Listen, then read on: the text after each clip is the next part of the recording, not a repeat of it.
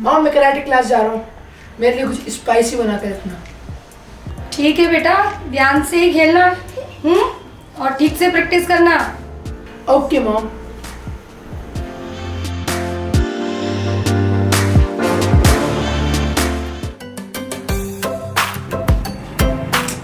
ओफो, कितना परेशान होती हो अम्मा। क्या करें, इस उम्र में भी हमारी पोती है ना, हमसे सेवा करवाती है। कैसी बातें कर रही हो अम्मा? आपसे सेवा करवाने की तो मैं सपने में भी नहीं सोच सकती। क्या करूं बेटा, एक मात्र सहारा तू ही तो है मेरी। अब और कौन है जिससे मैं कहूँ कुछ।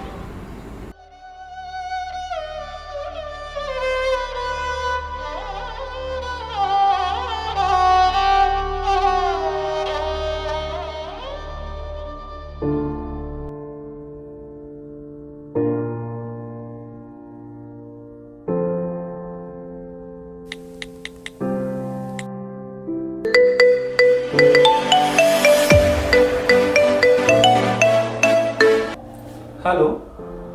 हेलो, नमस्कार वकील साहब। हाँ, कुछ इंतजाम हुआ क्या उस जमीन का जो मैंने आपसे बताया था? अरे मैडम जी, कौन सी दुनिया में जी रही हैं आप? ये कलयुग है, सतयुग नहीं, जहाँ सारे काम इतनी फटाफट हो जाएं। ठीक है वकील साहब।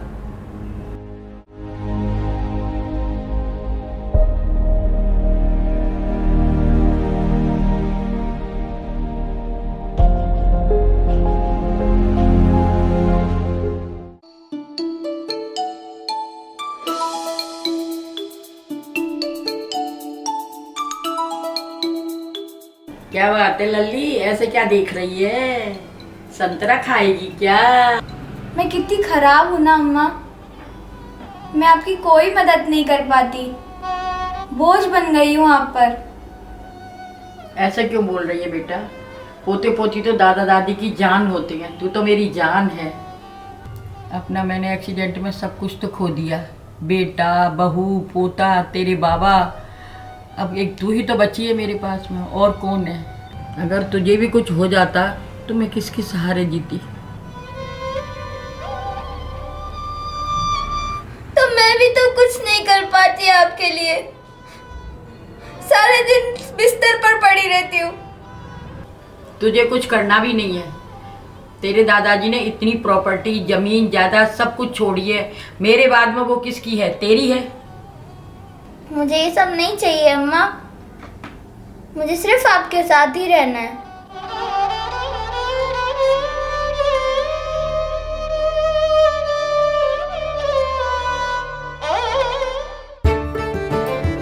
और मिस्टर विजय, कोई मरे का माल नहीं है क्या?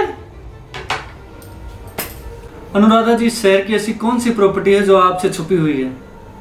कौड़ियों के भाव जमीन को खरीद कर उसे ऊंची कीमत में बेच देना, यही तो पेशा है आपका। बिजनेस मिस्टर विजय, बिजनेस। यही तो है जीवन का असली मजा।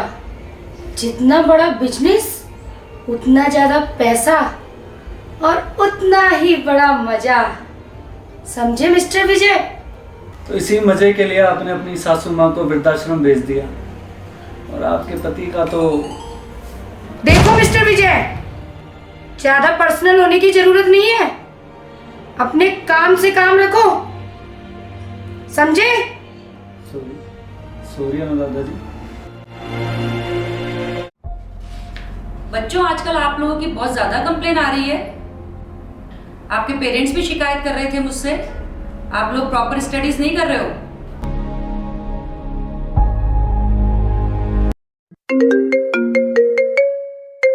बेटे, आप लोग स्टडीज करो, मैं आती हूँ 2 मिनट में, है ना?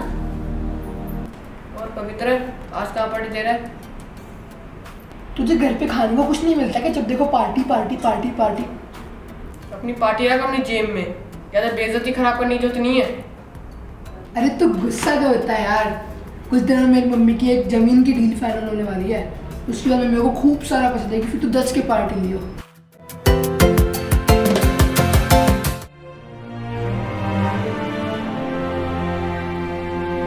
अम्मा जी, आपकी मेन बाजार में जो दुकानें हैं, हाईवे पर 20 बीघा जमीन है और गार्डन के पास जो प्लॉट है वो सब मुझे बेच दीजिए।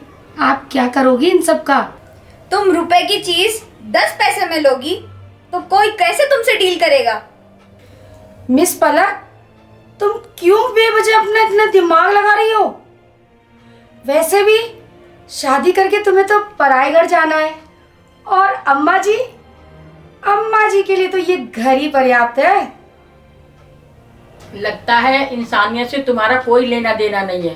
तुम जैसी औरत है ना, ना तो अपना घर संभाल सकती है और ना किसी का भला कर सकती है। मुझे आपका जवाब मिल गया है। लगता है अब उंगली टेढ़ी ही करनी पड़ेगी। कर ले, उसको सीधा करना आता है मुझे।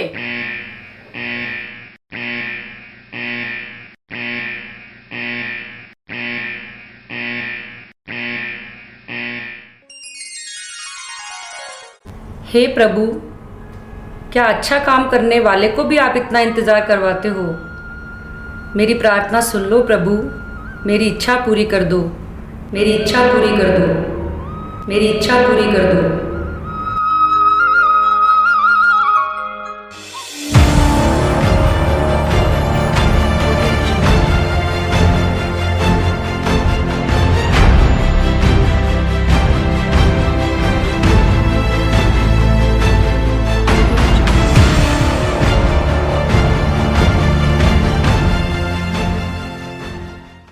क्या है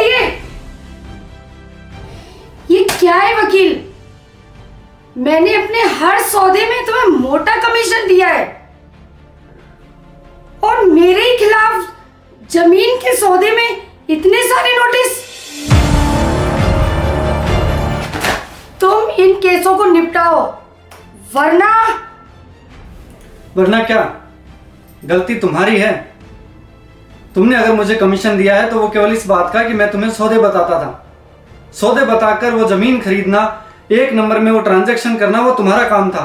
तुमने अगर लालच में 2 नंबर में वो काम किया है तो तुम भुगतोगी, मैं नहीं। तुम्हें 2 नंबर की काली कमाई करनी थी, तो अब भुगतो।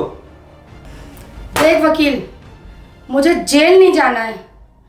तू कैसे भी करके ये सारे मामले निपटा। मैंने पता किया इस बारे में, पर शायद आपको नहीं पता कि जिस औरत को आपने धमकी दी है उसके पति हाई कोर्ट के जज रह चुके थे। जितनी धाराएं मैंने पढ़ी नहीं है उससे ज्यादा धाराओं में उन्होंने फैसले दिए थे। मतलब? एक एक्सीडेंट में उनकी मौत हो चुकी, साथ में उनका बेटा, उनकी बहू और उनका पोता भी भगवान को प्यारे हो गए। वो तो मुझे पता है। उस एक्सीडेंट में ये बुढ़िया भी मर जाती ना तो अच्छा था। बुढ़िया की छोड़ो, अभी केवल अपनी जान की सलामती के बारे में सोचो अनुराधा जी। 1 मिनट, उस बुढ़िया के बेटा, बहू कोई भी जिंदा नहीं है, तो जिस वकील को उन्होंने हायर किया है क्यों ना तुम उसे खरीद लो।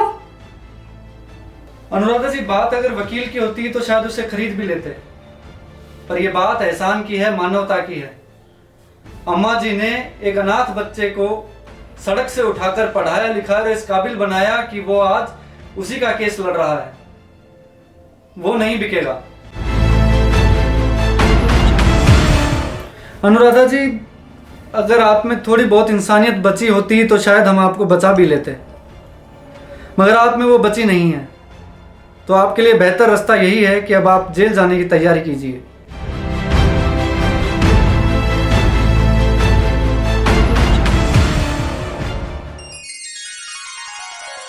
मिलो अम्मा जी, आपकी वसीयत।